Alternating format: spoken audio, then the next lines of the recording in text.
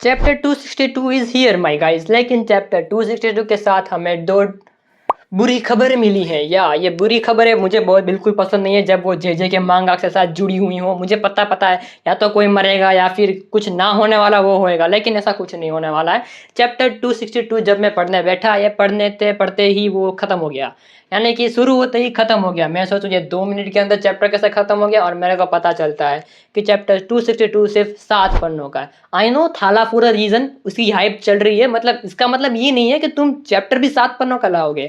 Normally chapter 15 से 20 पन्नों का होता है, लेकिन आधे भी पन्ने नहीं मिले यार, 20 के 10 भी नहीं, 7 पन्ने मिले। और दूसरी बात जो मैं कहूँ बुरी खबर वो ये है कि मांगा ब्रेक पे जाए। कोई बात नहीं, जाती है ब्रेक पे, 1 हफ्ते का ब्रेक होता है, लेकिन इस बार 2 हफ्ते का ब्रेक। मतलब चैप्टर 262 शायद 27 तारीख को आएगा। और ये चीटिंग है, ये इतनी बड़ी चीटिंग नहीं भाई, नहीं। What's up guys, jujutsu Kaisen मांगा का चैप्टर 262 आ चुका है। और चैप्टर 262 की शुरुआत वहीं से होती है जहां पर चैप्टर 261 खत्म होता है, यानी कि सुकुना और गोजो का डोमेन बैटल। और गोजो यानी कि मैं यूटा की बात कर रहा हूँ, ठीक है, थोड़ा सा कंफ्यूज मत हो जाना तुम। और या चैप्टर 262 की शुरुआत वहीं से होती है। गोजो अपना डोमेन खोलता है, यूटा अपना डोमेन खोलता है। अरे यार मुझे भी कंफ्यूजन हो रहा है अब तो यार गोजो अपना डोमेन खोलता है, सुकुना अपना डोमेन खोलता है, और दोनों के डोमेन का बैटल होता है। लेकिन हमारा यूटा जो है वो इतना स्मार्ट है कि उसने अपने डोमेन का साइज है वो एकदम बास्केटबॉल जितना कर दिया है, ताकि वो सुकुना के डोमेन को करीब 3 मिनट तक उसके जो डोमेन का जो डैमेज है वो झेल सके, और फिर सुकुना को डोमेन तोड़ सके। और यार यहाँ से हमें पता चलने वाला है कि सुकुना को डोमेन को लड़ने के लिए यूटा ने अपना डोमेन का साइज बास्केटबॉल जैसा करना कहाँ से सीखा, और ये 3 मिनट का जो चला गया है वो सब मैं तुम्हें बताने वाला हूँ। तो जब पुरानी ओरिजिनल गोजो और सुकुना की बैटल हुई थी, तब सारे सोल्जर्स उनकी दोनों की बैटल देख रहे थे, और सुकुना ने गोजो का डोमेन जो है वो 2 बार ऑलरेडी तोड़ दिया था।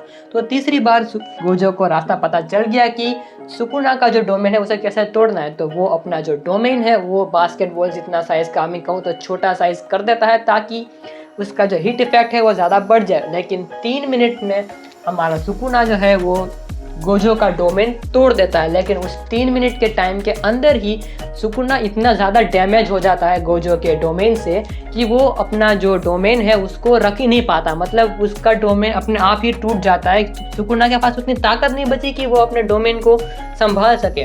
तो ये 3 मिनट का चोचला यहाँ से आया, और इसी वजह से यूटा को पता है कि सुकुना का डोमेन तोड़ने में मुझे 3 मिनट से कम समय लगने वाला है, क्योंकि जब गोजो और सुकुना लड़ रहे थे तो उससे ज़्यादा अब सुकुना की कंडीशन बहुत ही ज़्यादा ख़राब है। तो यूटा को पता चल चुका है कि अगर मैंने अपना डोमेन को छोटा कर दिया तो मैं सुकुना को शायद 3 मिनट के अंदर हरा पाऊंगा और उससे पेल पाल दूंगा। ऐसा लगता है, ऐसा कंफर्म नहीं है, कुछ भी हो सकता है। चैप्टर में सुकुना दोबारा अपना पावर अप लेके भी आ सकता है। और हाँ, ये डोमेन की बात जो ये सब कुछ है वो कुसाकाबे भी कहता है कि डोमेन के साइज और उसके वॉल्यूम के साथ छेड़छाड़ करना कोई इतनी बड़ी बच्चों वाली चीज़ नहीं है। सबसे पहले डोमेन सीखना भी कोई बच्चों वाली चीज़ नहीं है। मतलब यूटा स्ट्रॉन्ग तो है, लेकिन पता नहीं क्यों उसे इस चैप्टर में दिखाया नहीं जाता है। और यहाँ पर ही हमारा जो यूटा है और उसे पता है कि सुकुना को कैसे हराना है। 3 मिनट के अंदर वो अपना डोमेन को छोटा करेगा, जिसकी वजह से वो सुकुना के डोमेन को हरा देगा। लेकिन दूसरी तरफ हमारे सुकुना को भी ये बात पता है कि यूटा को पता है कि हम दोनों की जो बैटल हुई थी, गोजो और सुकुना की बैटल हुई थी, उसमें 3 मिनट का चोचला क्या है। यानी कि सुकुना को भी पता है कि यूटा को पता है कि गोजो और सुकुना की जो बैटल में 3 मिनट का चोचला क्या है। तुम समझ चुके हो। अब मैं खुद कंफ्यूज हो रहा हूँ ये बात बोलते बोलते, लेकिन समझ गए ना तुम क्या मैं कहना चाह रहा हूँ, ये 3 मिनट का चोचला क्या है। तो सुकुना ने भी सोच लिया कि वो 3 मिनट से अंदर हमारा जो यूटा एज अ गोजो, उसका जो इन्फिनिटी वॉइड का डोमेन है वो उसको तोड़ देगा और सीधा ही अपना डोमेन का बैरियर बढ़ा लेगा, ताकि वो जितने भी सारे बंदे हैं सभी को एक ही बार में किल करें। यानी कि सुकुना करना चाहता है रैम्पेज। अभी सब खत्म, ये टाइम पास बहुत हुआ, सारे लोगों को हम एक ही साथ मारने वाले हैं। और हाँ, सुकुना अपना डोमेन खोलता है एज अ गोजो की साइन की तरफ से। अब मैं तुम्हें दिखाता हूँ, ये गोजो की साइन का मतलब ये नहीं है कि सुकुना भी उसका डोमेन यूज कर सकता है, नहीं। किंग ऑफ कर्सेस से इसका मतलब ये नहीं कि वो ये सब कुछ भी कर सकता है। देखो, उसमें बात ये है कि सुकुना का जो डोमेन है वो दिमाग के पीछे वाले एक कोर्टेक्स का पार्ट होता है। मुझे नहीं पता, क्योंकि मैं बायोलॉजी में बहुत ज़्यादा बकवास हूँ, इसलिए मैंने कभी बायोलॉजी ली ही नहीं।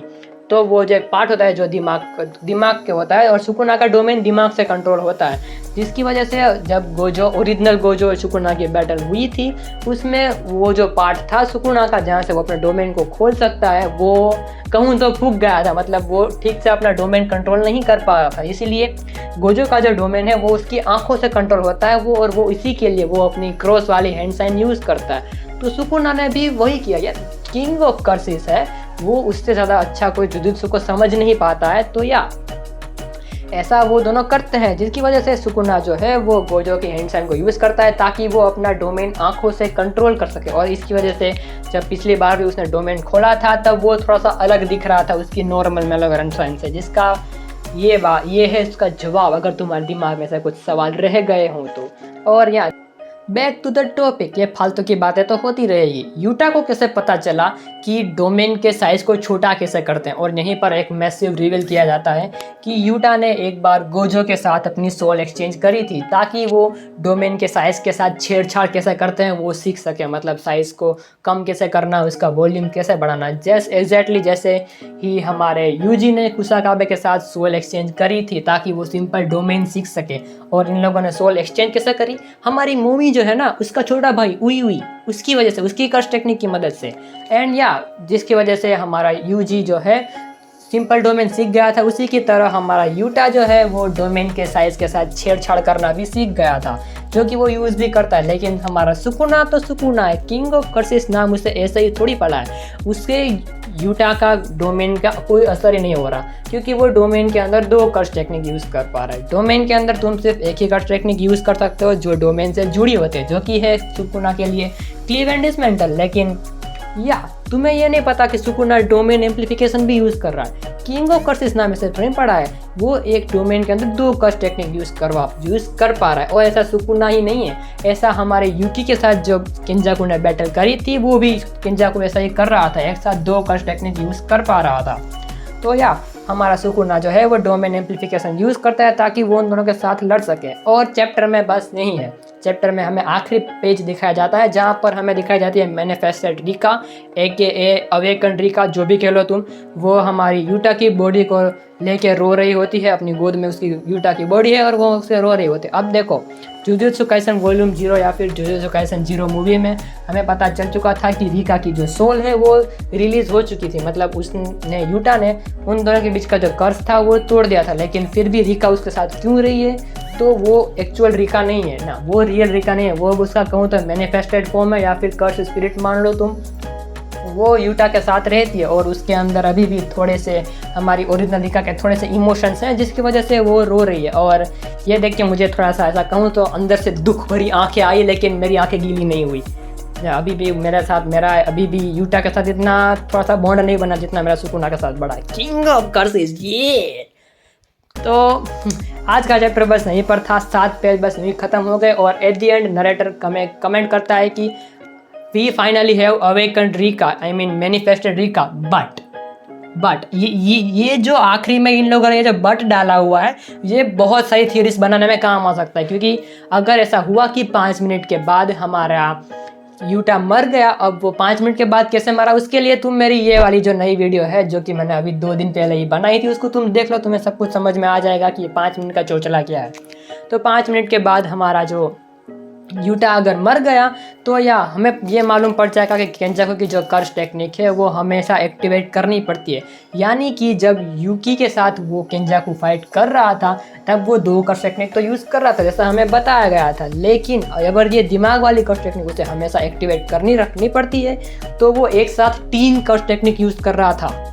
भाई ये इतनी बड़ी चीटिंग है, तुम समझ रहे हो, ये इतनी बड़ी चीटिंग ये मैं बर्दाश्त नहीं करने वाला। लेकिन आज का चैप्टर हम बस यहीं पर ही एंड करते हैं। अगर तुम्हें वीडियो अच्छी लगी हो तो यार वीडियो को लाइक करो। बाकी मैं मिलता हूँ तुम्हें अगली वीडियो में। Till then thanks for watching.